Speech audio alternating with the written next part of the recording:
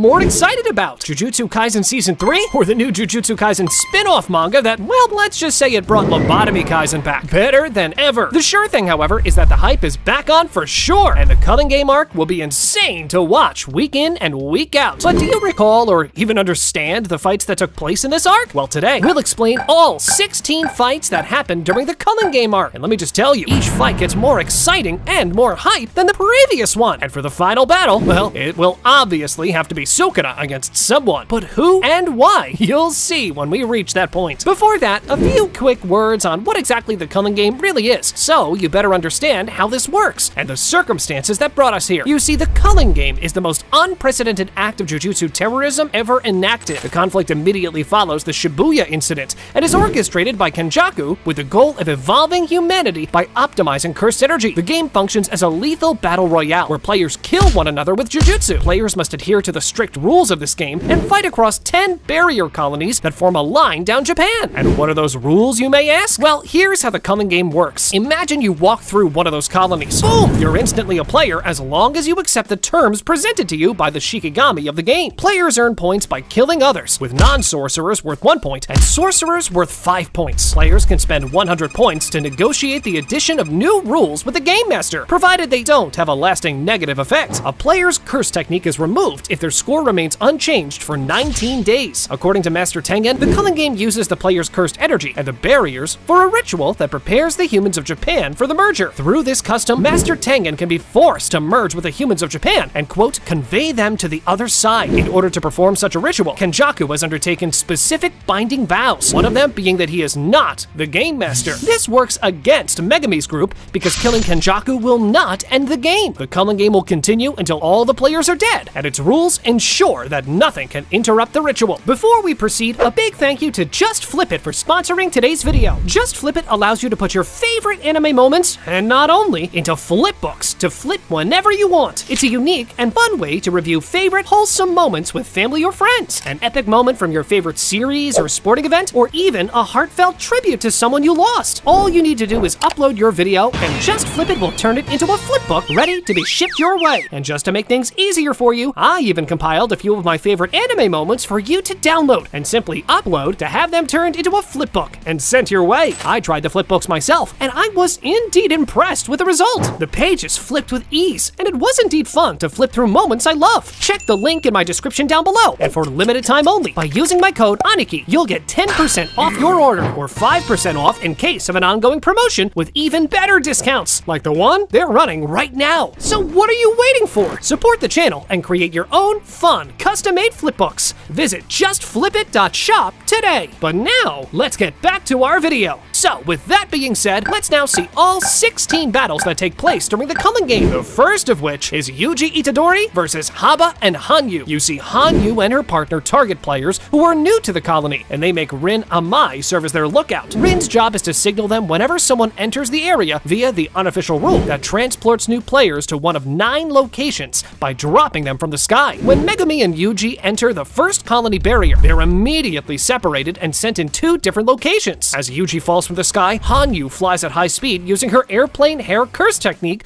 and rams headfirst into Yuji. She hits him with enough velocity to drive him straight through 2 high-rise buildings. While that attack would have pulverized most new players, Yuji is mostly unscathed. Yuji manages to land on his feet and takes his battle stance. Hanyu quickly realizes that Yuji is going to be a tough opponent and calls her partner to her side. Oh yeah, Yuji is a tough opponent, all right. Yuji simply launches a rock directly into Hanyu's lower abdomen. It strikes the left side of her stomach, leaving a severe bruise. Despite it being such a simple attack, it's more than enough to make Hanyu fall to her defeat. Haba arrives moments later. Similar to Hanyu, his curse technique has warped his hair into a helicopter propeller. He flies over Yuji and expresses his displeasure by crushing his walkie-talkie. Yuji immediately throws another rock, but this time his opponent acts quickly and blocks it with his propeller. Yuji uses the distraction to close the distance, crushing Haba before leaping high into the air. He jumps high enough to grab Haba's leg with a solid enough grip to drag him down the side of a building. Haba experiences firsthand that Yuji's physical abilities are astounding, but he manages to avoid major damage. Yuji jumps through a window into the lower floors of another building and waits at the end of a hallway for his opponent. Well aware his adversary is baiting him, Haba thinks that Yuji is trying to negate his propeller. He counters by increasing his propeller's capabilities and entering the window at a specific angle. Confident his propeller can slice through steel rods, Haba rotates himself with great speed and rushes head first toward Yuji, slashing the hallway apart and threatening to make a smoothie out of him. While Haba is coming at him, Yuji infers that the reason Hanyu could drive him through a building but couldn't withstand a simple projectile was because her cursed energy was focused on her hair. He thinks it was a binding vow that effectively left the rest of Hanyu's body vulnerable, including her lower abdomen where Yuji hit. Yuji assumes this same rule applies to Haba's curse technique, but is confident that he can exploit the head as a vital spot regardless. As long as Yuji can hit him at the right angle and avoid the blades, he can bust his opponent open with one punch. Yuji delivers a powerful right straight punch directly to the top of Haba's head. This smashes Haba's propeller and cuts the top of his head open. And well, that's all it took for Yuji, left, right, goodnight, Itadori to take care of both of these players in an instant. Now this was just the first point,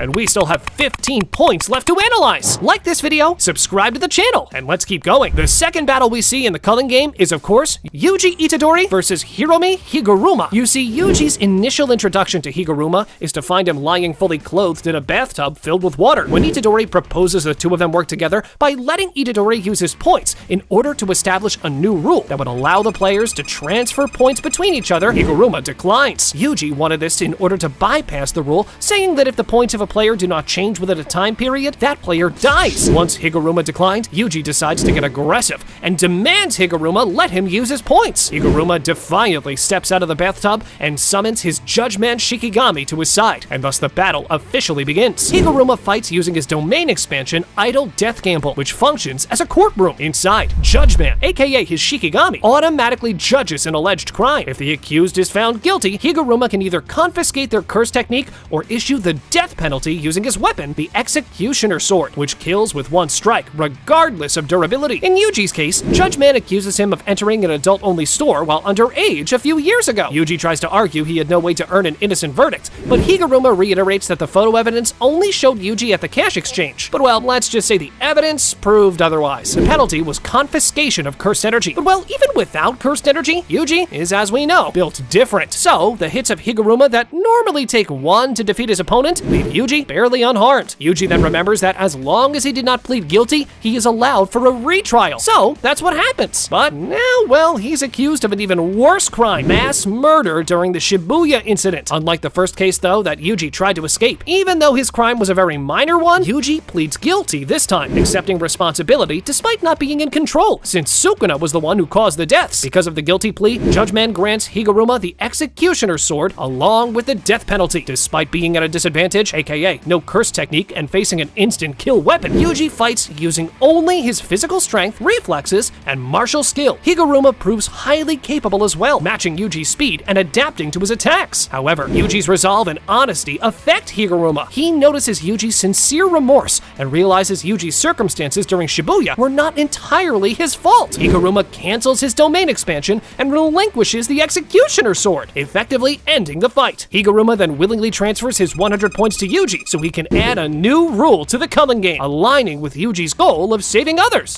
Megumi Fushiguro versus Reggie Star's group is next. You see, after entering the Tokyo No. 1 colony, Megumi searches for Higuruma for the same reason that Yuji was, but instead encounters Remy, who lures him into a trap set by Reggie Star and his allies. Reggie's group operates like opportunistic hunters, ambushing other players to steal their points and treasures. Reggie tries to recruit Megumi and asks how much he knows about the Culling game. Refraining from mentioning Tengen, Megumi replies that it's a ritual for taking Japanese people to the other side so they're no longer human. Megumi asks if Reggie's group's point total is at least 100, which Reggie confirms. Megumi reveals a new rule will be added to the Culling game that allows players to give each other points. He demands that Reggie and his allies hand over all their points and states that only then will he consider joining them. Reggie declares that the negotiation has broken down and signals an ambush to begin. Megumi is faced against Reggie, a curse technique user that uses curse technique based on receipts. Anything he has a receipt for, he can materialize, from weapons to vehicles to liquids. Highly strategic, he uses his technique to create terrain advantages, weapons, or even items like umbrellas, oil, or knives lives. Chizuru Hari now? Well, his curse technique enhances his physicality, all while using surprise ambush tactics. However, he doesn't really get all that much screen time since Megumi takes him out promptly. Then we have Iori, who uses his own body parts as explosives. He can detach teeth or fingers, throw them, and they explode after a short delay. And of course, there's Remy too, where her curse technique manifests a giant scorpion tail from her head or hair, able to stab or sting enemies. She acts as bait to lure Megumi, and yet Megumi, well, he takes on all of them. When Megumi realizes Remy had lured him into an ambush, well, she's the first that has to go. When she tries to attack with her scorpion hair, he easily counters, pins her down, and essentially removes her from the fight. Hari tries to ambush Megumi from behind, but Megumi uses his shadows to throw him off a building, then summons Nue, which dive bombs Hari with electricity midair. Finally, while riding Nue, Megumi mounts Hari during the fall and repeatedly slashes him with a blade, finishing him off and eliminating him from the Culling Game. Hasanuki uses his detachable body parts as bombs, keeping Megumi at range. Megumi counters by staying mobile with Divine Dog Totality, Nue, and Max Elephant, disrupting Hasanuki's rhythm. Hasanuki ultimately retreats from the fight after Takaba intervenes and breaks Regi's control of the battlefield. Megumi never outright kills him, but neutralizes his advantage. Here we have the fourth battle, Megumi against Regi. After Hari's defeat and Hasanuki's retreat, Megumi lures Regi into a gymnasium, where it's basically a confined, closed space, where Regi's receipt technique is less effective. Using Max Elephant to flood the area and shadow manipulation to create diversions, Megumi forces Regi into a close quarters exchange. Megumi overwhelms Regi, and Regi dies when Megumi pulls him into his own shadows and crushes him under the weight of his summoned Shikigami. Naturally, here we have to talk about Fumihiko Takaba versus Iori Hasanuki next. We won't talk a lot about this since it was a pretty quick fight, but the essence of what happened is this. You see, Takaba's curse technique is one of the most bizarre and potentially even broken curse techniques in Jujutsu Kaisen. The curse technique is basically comedian. Anything Takaba imagines as funny, or anything he finds genuinely humorous, becomes reality within the framework of his curse technique. If he can picture a gag and sincerely believe it's funny, the effect manifests physically in the real world. He must believe the scenario or gag is funny though. The event is tied to his intent and imagination, meaning no belief equals no manifestation. It operates automatically,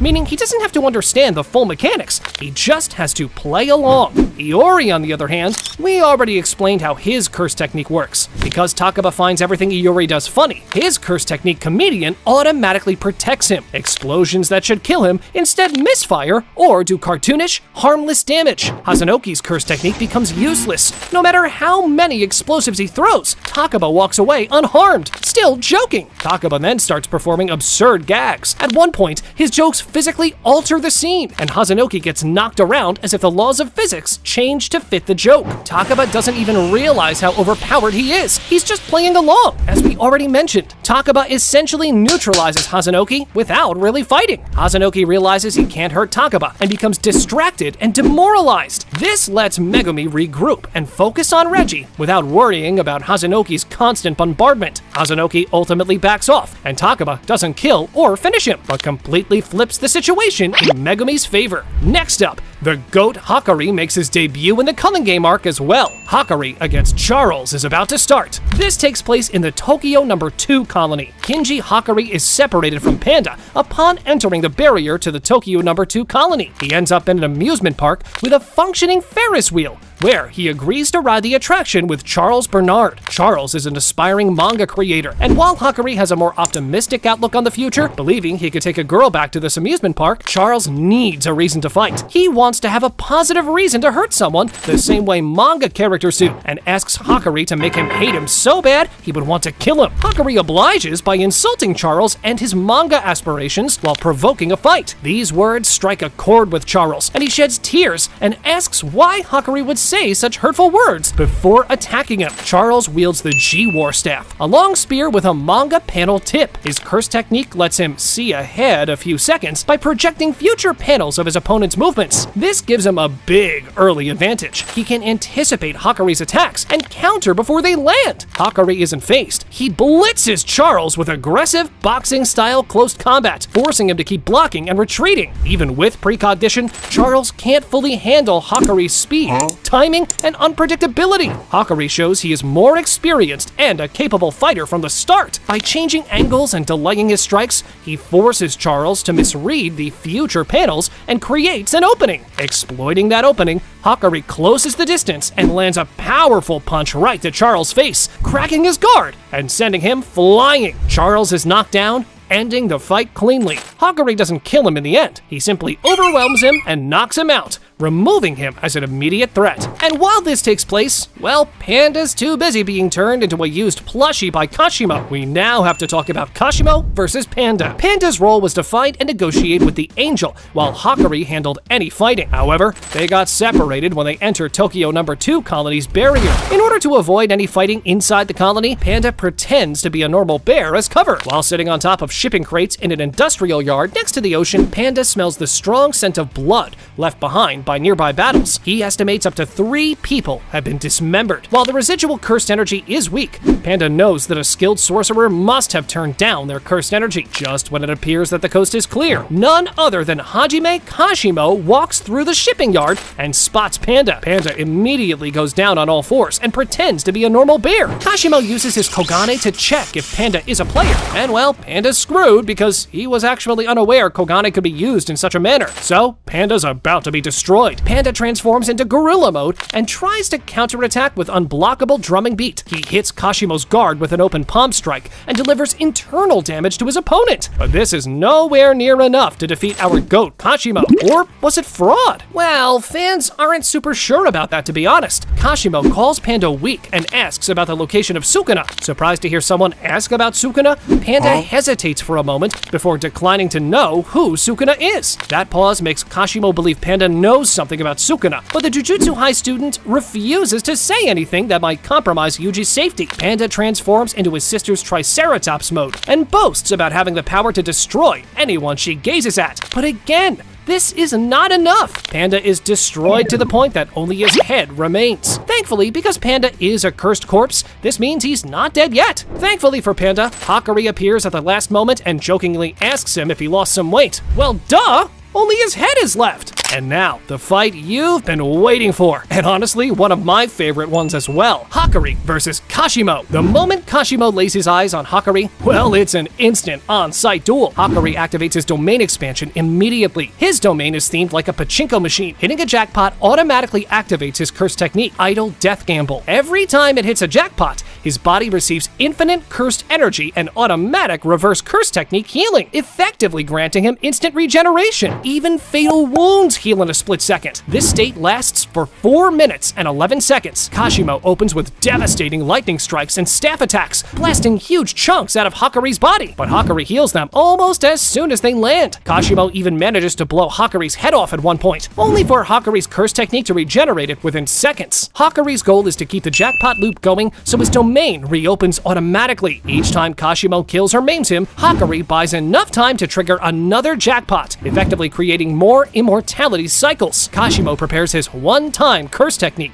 that converts his entire body into a living lightning rod, but he hesitates because obviously he wants to use this on Sukuna and not a seemingly nameless sorcerer. Meanwhile, Hakari continues to land brutal blows, shattering Kashimo's staff and blasting him with high-speed strikes. During the final stages on this confrontation, the fight moves over the ocean. Hakari drops Kashimo toward the sea in hopes of sapping him of his electrified cursed energy. Cursed spirits emerge from the sea and serve as footing for Kashimo until Hakari shreds them all apart with a barrage of quick, powerful, consecutive blows. Hakari finishes his barrage by kicking Kashimo directly into the water. Kashimo had no choice but to block with cursed energy and hit the water before he could turn it off. As a result, Kashimo's cursed energy begins to flow out as he desperately tries to suppress it. But what Hakari failed to realize is that Kashimo used electrolysis on the water to create a poisonous gas, and thus cause Hakari to fall into the sea as well. Kashimo failed to destroy the reverse curse technique's user in one blow earlier, so he tries to use the other reliable method of killing one, poisoning them. But even like that, my goat Hakari is not finished. Hakari regains consciousness and punches Kashimo across the face. As he's hit by a hard kick directly after being punched, Kashimo realizes that Hakari's reverse curse technique targeted the toxin and removed it unconsciously. Hakari Hakari notices the water temperature rising, and with only 5 seconds left in the round, decides if he's going up to the surface or not. He recklessly remains underwater and tries to finish off Kashimo. He lands a powerful uppercut, but Kashimo grabs onto Hakari's left arm and then discharges his remaining cursed energy to create a large steam explosion. After the explosion, Kashimo swims up to the surface. He's out of cursed energy, but he believes that he's won and Hakari is dead. However, Hakari emerges from the water and lands another right hook across his opponent's face, finally defeating Kashimo. Hakari won, but he acknowledges that Kashimo was holding back, as he could still use his one-time curse technique, but chose not to. Yuta Okotsu versus Druve and Kurorushi is next. Yuta's primary ability is to copy other curse techniques after seeing them in action, something extremely rare in Jujutsu Kaisen. Unlike Mimiko or others who imitate superficially, Yuta can duplicate the entire technique, including complex ones like cursed speech or Shikigami summoning, as long as conditions are satisfied. He has enormous cursed energy reserves, rivaling or exceeding even special grades. This lets him heal himself and others with reverse curse technique and maintain multiple copied abilities at once. After fully laying Rika's soul to rest, Yuta still retains a manifestation called Rika, a cursed spirit that basically works as a construct that acts as an external storage and amplifier for his cursed energy and copied abilities. He can channel his techniques through her for overwhelming attacks. Yuta is also highly skilled with his katana, combining melee strikes with cursed energy reinforcement for devastating power. Druve, on the other hand, is a 91-year-old reincarnated sorcerer who uses a ritual-type curse technique to summon 4 insect-like Shikigami based on the Azure Dragon, White Tiger, Vermilion Bird, and Black Tortoise. Druve unleashes his 4 Shikigami to establish control over the city. They immediately start warping the environment and attacking civilians and players alike. Yuta, recognizing the threat, steps in and uses his speed and cursed energy control to engage the Shikigami head-on. Rika helps neutralize the area effect by tanking attacks and binding the creatures. Instead of going directly for Druve, Yuta destroys the Shikigami one by one, disrupting Druve's curse network. Because Druve's technique relies on all 4 beasts to stabilize his barrier, losing them leaves him exposed. Once the Shikigami are gone, Yuta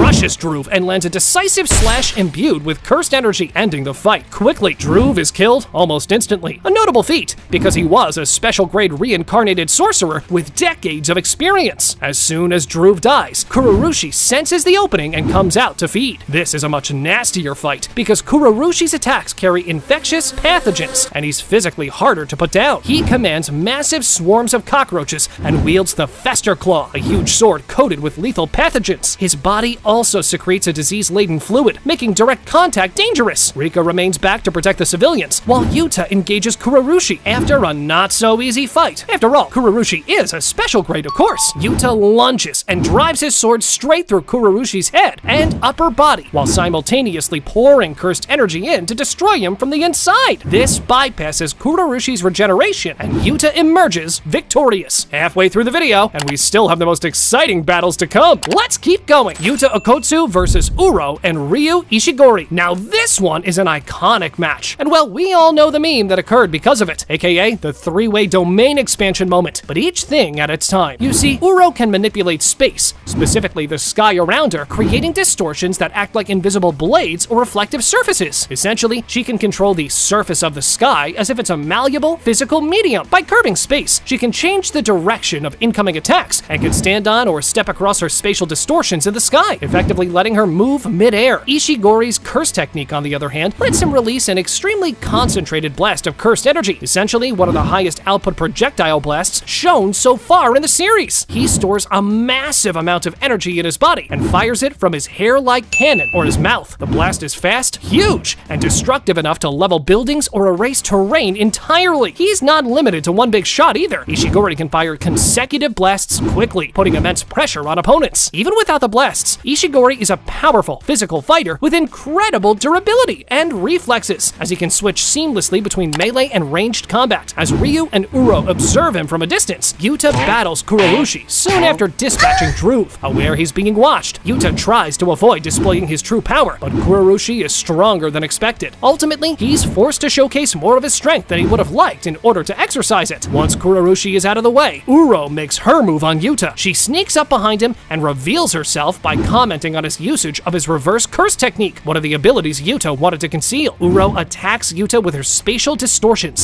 slicing and redirecting directing his strikes. At the same time, Ishigori fires his devastating granite blasts from long range. Yuta dodges, blocks with Rika, and gauges their abilities while trying to conserve energy. And my goat was blocking both of them while even holding back. Yuta lets Rika manifest fully, giving him enhanced defense and extra hands for weapons. However, the climax is yet to come. The three of them decide to open their domains. The result? A three-way domain expansion clash. The overlapping domains, however, cancel out each other's guaranteed hit function, resulting in them all coming apart before they're fully formed. Rika, however, is blasted away, and thus Yuta is facing against Ryu for the time being alone. Yuta proceeds to copy Takako Uro's technique, briefly to counter her sky manipulation, and then fights Uro up close, while simultaneously fending off Ishigori's blasts. He lures Ishigori into closer combat, reducing the advantage of long-range beams, and uses Rika to tank hits and restrain one opponent while he attacks the other. Uro tries to finish Yuta, but gets countered and incapacitated when Yuta turns her own spatial technique against her. With Uro neutralized, Yuta goes one-on-one with Ishigori. Ishigori fires his strongest granite blast at point-blank range, but Yuta withstands it using Rika and his reverse cursed energy healing, then closes in and starts overpowering him. Yuta asks for the points, which he takes, since the new edition of the rule by Yuji is already implemented by this point. Yuta totals 190 points in the Culling game after the point transfers, also including points gained from eliminating Druv and Kurorushi. Next, it's Maki and Noritoshi Kamo against Naoya Zenin. When it comes to Maki, after losing her twin sister Mai and the destruction of the Zenin clan, Maki's body becomes essentially like Toji Fushigaro's. Zero cursed energy, but superhuman physical ability, speed, and reflexes. That's because the heavenly restriction that applied in her was, in a way, blocked, because her twin sister was actually using cursed technique. Once her sister was removed from the ritual, Maki was finally capable of receiving the benefits of this heavenly restriction. In exchange for no cursed energy, she is now a monster in terms of physical capabilities. She can sense and cut cursed spirits directly and wields special grade cursed tools with deadly precision, and she's basically a walking anti-sorcerer weapon. Noritoshi Kamo's cursed technique now is blood manipulation. He controls his own blood to form projectiles, weapons, or reinforce his body. He can shoot high-speed piercing blood beams, create flowing red scale, and form blood weapons. And even though his technique is versatile, it costs him stamina and blood loss. Naoya now inherited her father's innate technique, allowing him to turn 1 second into 24 frames and trace a predetermined set of movements using his field of view as the angle of view. While the technique is active, anything touched by Naoya's palm must abide by the technique's 24 frames per second rule, or they are frozen for 1 second inside an animated frame. Worse, however, is that Naoya returns in Culling Game as a cursed spirit. You see, prior to the Culling Game, well, let's just say that Maki punched him to death, and because she used no cursed energy in her attacks, Naoya was reanimated as a cursed spirit. And, well, I'm gonna be honest, I don't feel that Gege giving this guy this design for his cursed spirit was random. Yeah, boy. I mean, the guy was known for hating women, so I guess Gege was probably trying to send a message there. But anyway, Maki and Noritoshi encounter Naoya, now reborn as a cursed spirit, who immediately attacks them out of hatred. Noritoshi uses blood manipulation to fire long-range piercing blood shots, trying to restrain Naoya's movement. Maki rushes in for melee combat with her new body, using cursed tools to slash at Naoya, but none of them is actually really effective. After taking some damage, Naoya's cursed spirit body metamorphosizes, gaining a faster, more powerful body. Noritoshi gets severely injured despite using his strongest blood manipulation. Maki realizes she must adapt, and that's exactly what she does. She mirrors Toji's instincts, dodging Naoya's high-speed attacks almost on reflex alone. She is now, if not on the same level as Prime Toji, around that level for sure. With her zero cursed energy body, she's undetectable to Naoya's senses, which gives her an opening. Maki closes in at superhuman speed, predicting Naoya's frame-based movements, and using her cursed tool, she lands a critical slash that heavily wounds Naoya. But yet, this is not the end, because we now need to move on to round 2. We now have Maki Zenin, Hagane Daido, and Mio against Naoya Zenin. You see, Daido is a special case, as he fights without using cursed techniques, or even noticeable cursed energy. He's essentially the purest swordsman we've seen. Mio, on the other hand, has no standard cursed technique, but his entire power centers around a simple domain. It's called Simple Domain Sumo Ring. Once inside, the person entrapped and Mio must grapple under sumo rules. The domain also blocks or nullifies other cursed techniques while inside. Mio uses this to practice pure martial movement with opponents, improving their combat intuition. He uses this simple domain on Maki in order to further enhance her fighting fighting capabilities and make her truly be up to Toji standards. With her now refined instincts from Mio and Daido's support, Maki reaches Toji-level combat awareness. She starts predicting Naoya's movements and moving just as fast. With all of them working together, Daido lands a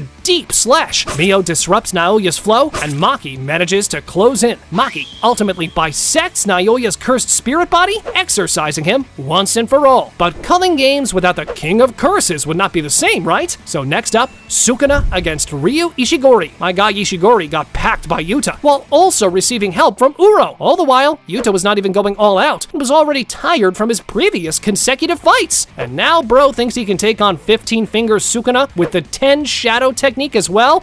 Yeah, this is gonna turn out real well for him. Sukuna was actually looking for Yorozu here because he found out she was reincarnated in Megumi's sister's body. So to fully crash his spirit, he wanted to kill Yorozu and submerge his soul for good. But before that happened, well, Ishigori thought he could take on Sukuna when he saw him in front of him. Ryu attempts to engage in hand-to-hand combat with a quick jab to Sukuna's face. However, Ryu is slashed diagonally across his torso by Sukuna's innate technique. This sends Ryu sliding back before he got anywhere close to landing a hit. Amused, Sukuna reveals that he meant to fillet Ryu into 3 pieces. He commends Ryu for surviving, apologizes for underestimating him, and says he won't hold back anymore. Still nervous and uneasy, Ryu remains completely silent as more sweat pours down his face. He attempts to dash backward to gain some distance from his opponent to charge up Granite Blast, but suddenly, Sukuna completely blitzes Ryu, passing right by him with immense speed. Sukuna dissects Ryu's head into 3 pieces, effortlessly killing him in a second. We now have to speak about Sukuna versus Yorozu. Sukuna here is currently at 15 fingers, so yeah, he's already a big issue for everyone involved. Pretty close to his full power, some could say. His opponent here will be Yorozu. But who is she and how did the two come to fight, you may ask? Well, hear this. Yorozu was a powerful Heian-era Jujutsu sorcerer, was obsessed with Realman Sukuna, falling in love with him, and upon her reincarnation, creating a perfect sphere to fight him. But how did she do that? Well, her curse technique, construction. With it, she could recreate any substance she recognized, except for special curse tools. Creating something from nothing uses a lot of cursed energy though, making this technique energy inefficient compared to other curse techniques. Though it does have its advantages. The liquid metal had special properties. It's extremely durable, can self-regenerate, and can freely shift between solid and fluid states. When it comes to her domain expansion now, her domain is a mostly blank space, although that resemble the disembodied brains and ganglia of insects. The sure hit effect of the domain applies to Yorozu's constructed items, particularly her true sphere, hence destroying anything caught in the domain instantly should Yorozu will it. For Sukuna,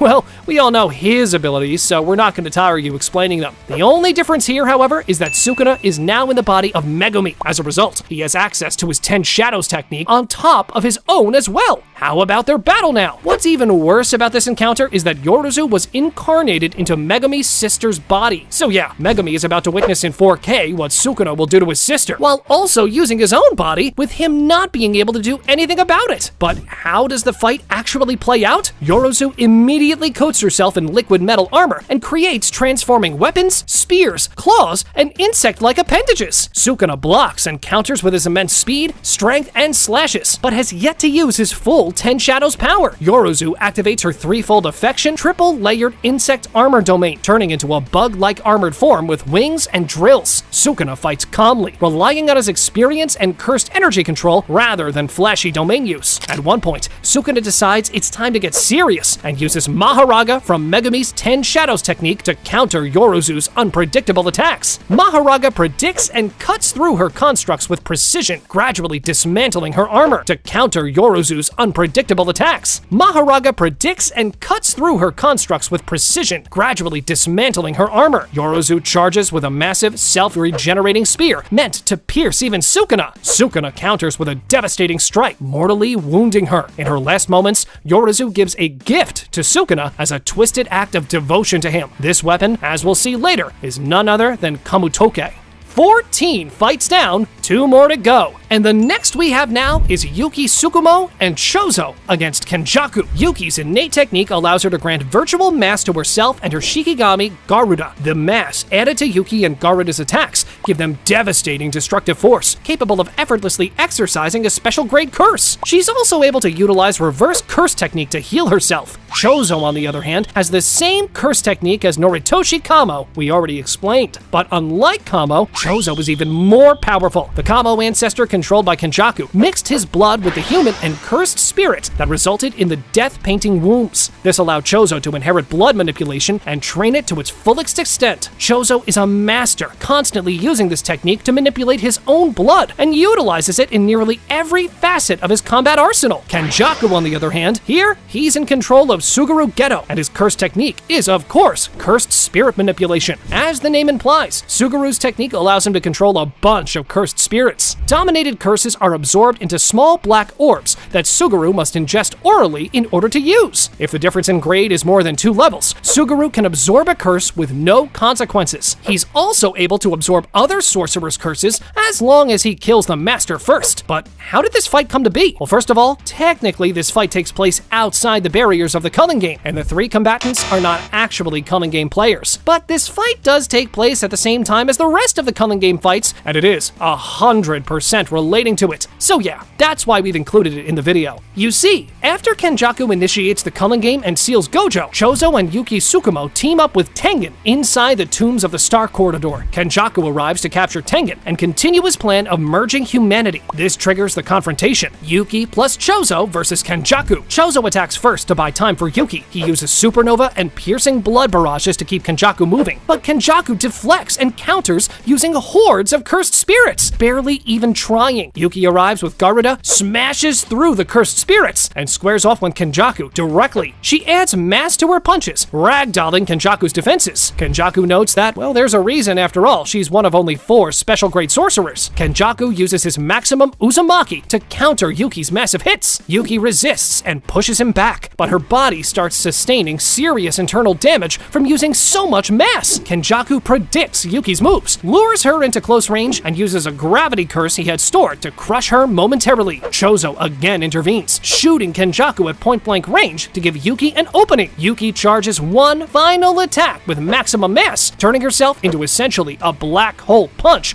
aimed at Kenjaku. Kenjaku narrowly survives by sacrificing some of his cursed spirits and using barrier techniques. Yuki eventually dies after being sucked into her own technique. Kenjaku ultimately wins, capturing Tengen and killing Yuki. Chozo survives, but cannot really stop him. And now for the final fight of today's video, Yuji, Maki, and Hana against Sukuna. After Sukuna transfers his soul into Megumi Fushigaro's body, he starts using the 10 Shadows technique. Yuji, Maki, and Hana move to stop him before he can fully anchor himself in Megumi's body. This leads to the biggest showdown we've seen so far in the Culling Game. We already analyzed all the abilities of the characters involved, except for Hana. You see, Hana has a curse technique, something called Technique Extinguishment. The Angel's curse technique allows for the extinguishment or nullification of any and all curse techniques. Barriers and cursed objects alike are no exception, including special grades like the Prison Realm. She can also use maximum output Jacob's Ladder. It's an extension technique that conjures a 4-winged trumpet made of light in Hana's hands, as well as an enormous circle of light in the sky above her. This circle resembles a magic array that features a heptagram in its middle and several crosses along its periphery. By sounding the trumpet, a massive pillar of light descends from the circle to engulf whatever is below. Any curse technique will be extinguished under the light of Jacob's Ladder. These all sound pretty overpowered, right? So, how will this play out during the Culling Game? Well, let's find out. Yuji Itadori rushes Sukuna immediately, throwing powerful punches, but Sukuna's physical stats in Megumi's body already outclass Yuji's. Maki, now Toji level, joins in with her cursed tool, coordinating with Yuji to apply constant pressure. Their teamwork briefly forces Sukuna to dodge rather than counter, but Sukuna adapts quickly, showing he can use Megumi's 10 Shadows technique and his own cursed energy control at the same time. He summons a few Shikigami like Nue and Rabbit Escape to disrupt Yuji Yuji and Maki's rhythm, then proceeds to move on to the counterattack to land some brutal attacks as well. Both Yuji and Maki are injured, but stay in the fight. That's when Hana appears, also known as Angel, floating above with her angel technique Jacob's Ladder, which can purge incarnated souls. She targets Sukuna to exorcise him from Megumi's body, and her ability is one of the only known techniques that could force Sukuna out. Sukuna pretends to be vulnerable, allowing Hana to get close. At the last second, he tricks her, dodging Jacob's Ladder and grabbing Hana. He seriously injures her and nearly kills her, stopping the exorcism attempt. Yuji is left bloodied but still conscious. Maki is badly hurt. Hana is incapacitated, and Gege is happy her favorite character Sukuna made it out alive. Sukuna maintains control of Megumi's body and retreats to further solidify his bond with Megumi's soul. Click on this video next, where I'm letting luck decide on the strongest